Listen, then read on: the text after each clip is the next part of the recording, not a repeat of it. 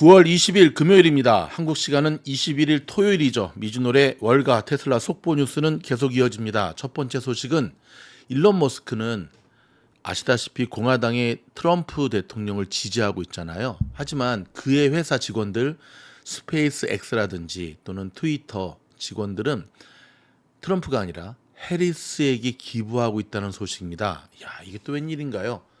자, 요 소식 좀 들여다보도록 할까요? 비영리 단체로 미국의 선거 기부금과 로비 데이터를 추적하는 오픈 시크릿이라는 곳이 있습니다. 자, 여기에 따르면 테슬라 직원들은 해리스의 대선 캠페인에 42,824달러를 기부한 반면에 트럼프의 선거 캠페인에는 24,840달러를 기부했습니다. 더블인데요. 자, 머스크의 스페이스X 직원들은 해리스에게 34,526달러를 기부한 반면에 트럼프에게는 꼴랑 7,652달러를 기부했습니다. 자, 소셜미디어 플랫폼 X, 자, 트위터의 직원들은 해리스에게 13,213달러를 기부한 반면에 트럼프에게는 500달러 미만을 기부했습니다. 거의 기부를 안 한 거죠.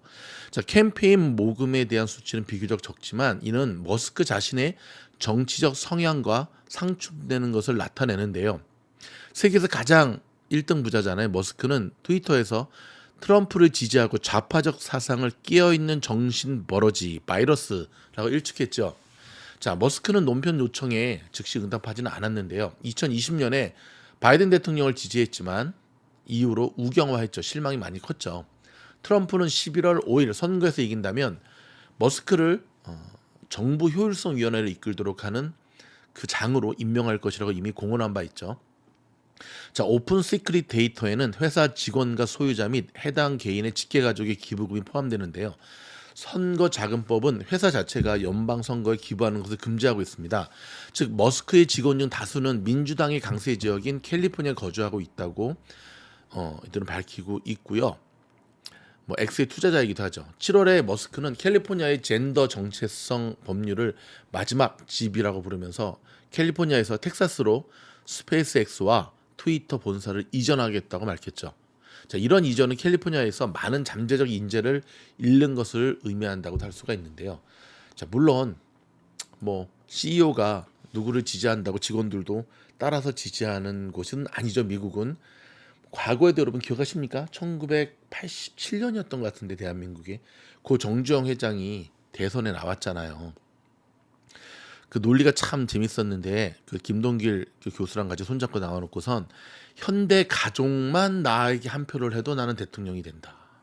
그때 이제 보통 대통령 그 노태우 그때 대통령 47%인가 48%를 얻고 이제 대통령이 됐거든요. 그러니까 산술적 수치는 맞았는데 문제는 현대 가족들도 정주영 회장을 다 찍지 않았다는데 이제 문제가 생긴 거죠. 자, 아무튼 이 선거 판세 이제 40여일 남았는데 어떻게 진행될지 한번 주의 깊게 계속 지켜보도록 하겠습니다. 자, 지금 보시다시피 오늘은 다우 플러스 0.09, 나스닥 마이너스 0.36, S&P 500 마이너스 0.19, 러셀 2000 마이너스 1.07로 마무리가 되었습니다. 3대 1. 다우만 플러스고 나머지는 마이너스. 막판에 좀 반등세가 들어왔지만 좀 많이 밀렸죠. 일단 FOMC의 50bp 인하로 인해서 어저께와 오늘 보여준 시장은 하락 쪽에 더 가깝게 지금 내려가고 있는데요. 좀 씁쓸하네요. 요 소식 좀 조금 들여다보도록 하겠습니다. 자, 미국 증시에서 자, 테슬라는 2.32%, 엔비디아는 1.56% 하락을 했고요. 전날 강세에 따른 반발 매도 영향으로 풀이됩니다. 어제 굉장히 강했잖아요. 그렇죠? 자, 페덱스가 어저께 어닝 발표했죠. 하지만 굉장히 안 좋았죠. EPS도 미스했고 레비뉴도 미스했고 페덱스 오케이. 자, 15% 넘게 폭락하면서 경쟁 업체인 UPS도 3% 가까이 떨어졌죠. 자, 인텔 소식 좀 전해드릴까요? 퀄컴이 인수합병을 위해 접촉했었다는 소식이 나오면서 주가가 3% 넘게 올랐다가 살짝 밀렸습니다. 반면 퀄컴은 3% 가까이 하락했죠. 자, 오늘 뉴욕 증시는 보합권에서 혼조세로 마감이 됐는데요. 어저께 급등한 데 따른 차익 매물, 그리고 오늘이 내마녀의 날, 선물 옵션 만기, 그다음에 금요일 뭐 모든 것들이 조금 겹친 것들이 있었습니다. 일단 오늘 자, 연준의 2인자죠. 매파로 유명한 크리스토퍼 윌러 연준 의사가 비둘기파적 발언을 내놓은데 우리는 주목을 해야 됩니다. 오늘 윌러 이사는 CNBC에 출연해서 인플레이션이 생각한 것보다 훨씬 빨리 둔화됐다 하면서 빅컷의 지지 배경을 설명했는데요. 그는 인플레이션이 큰 폭으로 움직일 때 나는 큰 폭의 금리 인상에 강력하게 찬성했다면서 나는 하방으로도 똑같이 느낄 것이라고 말했습니다. 특히 더 약한 경제 지표가 들어오고 계속해서 약한 흐름이 이어진다면 인플레이션을 목표 부근으로 유지하기 위해 기꺼이 더 공격적으로 금리 인하를 단행할 의향이 있다고 비둘기파적 발언을 했습니다. 쉽게 말하면 지금 경기가 더 안 좋으면 더 50bp 한 번 더 할 수 있다라고 이제 강력하게 이야기를 했는데요. 자, 이러한 윌러의 발언에도 불구하고 오늘 시장은 그닥 큰 영향을 미치지 못했습니다. 여러분, 벤츠 있잖아요. 벤츠.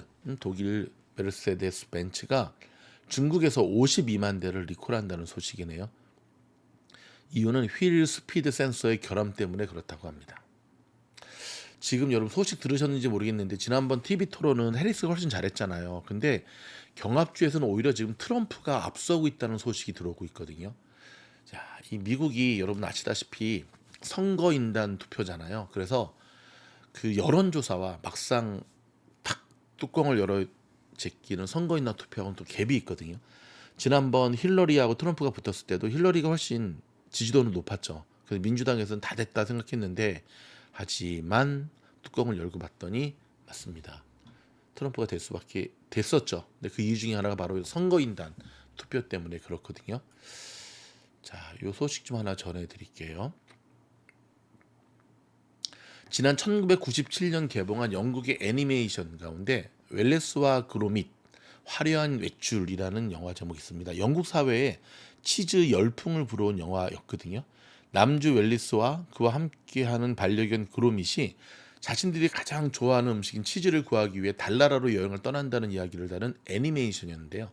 자, 이 영화가 만화 영화죠. 애니메이션이 개봉되고 선풍적 인기를 하면서 치즈 열풍이 엄청나게 일었었거든요. 근데 여러분, 그거 아십니까? 이 치즈 사랑에 빠진 영국보다도 치즈를 더 많이 소비하는 나라가 있는데 바로 미국입니다. 미국의 1인당 치즈 소비량은 지난 1975년 이후 최근 기준 약 2배 이상 증가했고요. 미국 소비자들이 1년에 먹는 치즈 양은 19kg랍니다. 19kg? 제가 치즈를 별로 많이 안 먹어서 그런지 몰라도 대박인데요. 이는 버터, 아이스크림, 요거트 소비를 합친 것보다 더 많은 수준인데 치즈가 이처럼 미국 소비자들 사이에서 큰 인기를 얻게 된 것은 그리 오래되지 않았습니다. 1990년대를 휩쓸었던 저지방 다이어트 열풍 때 소비자들은 포화지방과 최대 거리를 두기 위해 치즈 등 유제품을 기반으로 한 음식들을 피하기 시작했는데요. 대다수 소비자들은 체중 관리를 위해 저지방 우유와 요거트 등을 주로 섭취했습니다. 그러나 저탄수 고지방 다이어트로 알려진 애킨스 다이어트가 인기를 끌기 시작하면서 치즈를 찾는 소비자들이 빠르게 늘기 시작했고요. 이 다이어트는 미국의 의사 로버트 애킨스가 개발한 방법으로 초기에는 매우 적은 양의 탄수화물을 섭취했다가 점차적으로 탄수화물 섭취량을 늘려나가는 것을 골자로 하는데, 자, 코로나 시절에 치즈 인기 상승에도 기여했습니다. 전 세계적으로 코로나 확산 예방을 위한 고강도 사회적 거리두기 조치가 내려지고 식당들이 일찍 문을 닫기 시작하면 소비자들은 외출 대신 집에서 더 많은 시간을 보내기 시작했는데 이때 자신만의 레시피를 활용한 가정식 요리가 인기를 끌면서 치즈를 향한 수요도 덩달아 늘어난 것이라고 합니다. 자, 어떤 종류의 음식과도 조화를 이루는 치즈는 다이어트 식품에 그치지 않고 피자와 햄버거 등 고열량 음식에도 사용되기 시작하면서 제2의 전성기를 맞고 있습니다. 여러분, 제가 이 뉴스를 전해드리는 이유 중에 하나는 치즈와 관련된 미국의 기업을 한번 찾아보시면 여러분의 투자에도 굉장히 좋은 인사이트를 얻을 수 있으실 겁니다. 경기 침체가 점점 다가오게 되면 일단 경기 방어주들이 계속해서 선방할 수밖에 없거든요. 자, 미국의 대선 소식 좀 전해드릴까요? 11월 미국 대선을 앞두고 해리스 부통령의 지지율이 강세를 보이자 미국의 슈퍼리치들이 서둘러 재산을 자녀들에게 넘기고 있는 것으로 나타났습니다. 왠지 아시죠? 이제 상속세 때문에 그렇거든요. 이 민주당이 딱 되면 이 상속세가 이 트럼프 쪽보다 더 셀 것으로 예상이 되기 때문에 부랴부랴 지금 자식들에게 넘기고 있다고 합니다. 세계 경제가 1920년대 대공황과 비슷한 압력에 직면해 있다고 라가르드 유럽 중앙 총재가 오늘 경고했네요. 와우. 자, IMF 출신이죠. IMF 총재 출신인 라가르드는 이날 미국 워싱턴에서 이틀 일정으로 시작한 IMF 연차 총회 연설에서 이같이 경고했는데요. 파이낸셜 타임스에 따르면 그는 세계 경제가 경제적 국수주의, 세계 교역 붕괴 등 1920년대 대공황을 야기한 것과 비견할 만한 압력으로 분열 양상을 보이고 있다고 말했습니다. 라가르드는 우리는 1920년대 이후 최악의 팬데믹을 겪었고 1940년대 이후 유럽에서 최악의 갈등을 겪고 있으며 1970년대 이후에는 최악의 에너지 쇼크를 경험하고 있다고 강조했습니다. 라가르드의 발언은 1918년 발발한 스페인 독감, 1939년 시작한 2차 세계대전, 1970년대 오일 쇼크를 각각 지칭한 것으로 보이는데요. 그는 이런 문제들이 공급망 차질과 겹치면서 세계 경제 활동을 항구적으로 변화시켜 왔다고 지적을 했습니다. 라가르드는 1920년대와 2020년대라는 두 20년대는 여러모로 닮을 꼴이라면서 두 20년대에는 세계 교역 통합 후퇴와 기술 발전이라는 두 가지 공통점을 갖고 있다고 말했습니다. 그는 다만 유연한 통화 정책을 통해 다른 결과를 낼 수 있다고 낙관을 했는데요. 1920년대에는 근본 이자를 고집하면서 통화 정책이 주요 경제국들을 디플레이션과 은행 위기로 몰아넣었다고 지적을 했지만 그는 지금 우리는 우리 선조들에 비해 이런 구조적인 변화들을 잘 다스릴 수 있는 더 나은 위치에 있다 강조했습니다. 자, 라가르드는 지금 중앙은행들의 물가 안정 수단들은 효과적으로 입증됐다, 검증됐다고 말하면서 2022년 각국 중앙은행이 금리 인상을 시작하자 인플레이션이 신속하게 떨어졌다는 점을 지적을 했습니다.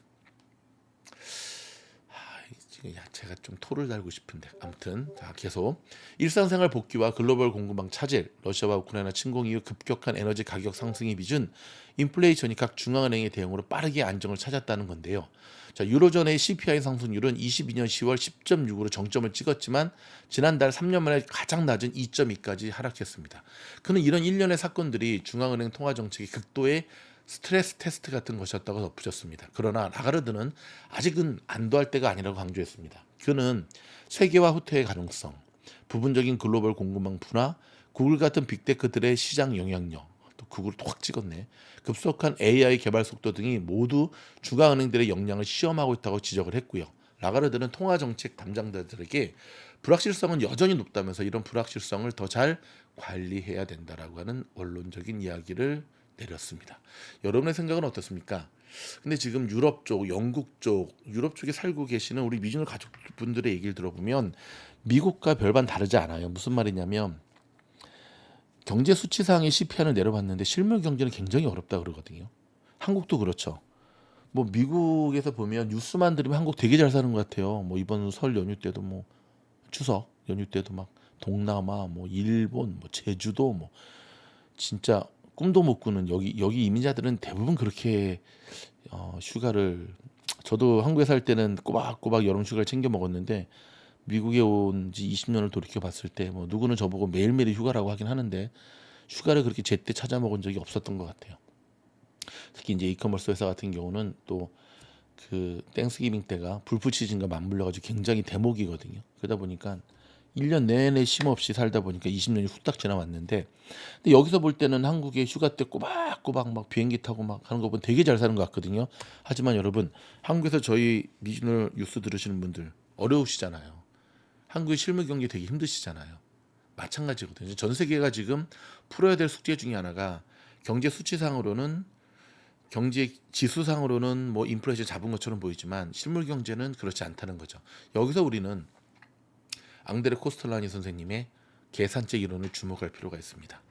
주인이 개 목걸이 긴 거 가지고 개를 갖고 이제 산책을 하지만 결국 산책할 때 개가 지가 마음대로 가고 싶은 데를 가지만 마지막은 결국은 주인 따라서 집에 갈 수밖에 없는 것처럼 실물 경제와 언제까지나 이렇게 반대되는 모습으로 경제 지표가 나올 수는 없는 거거든요.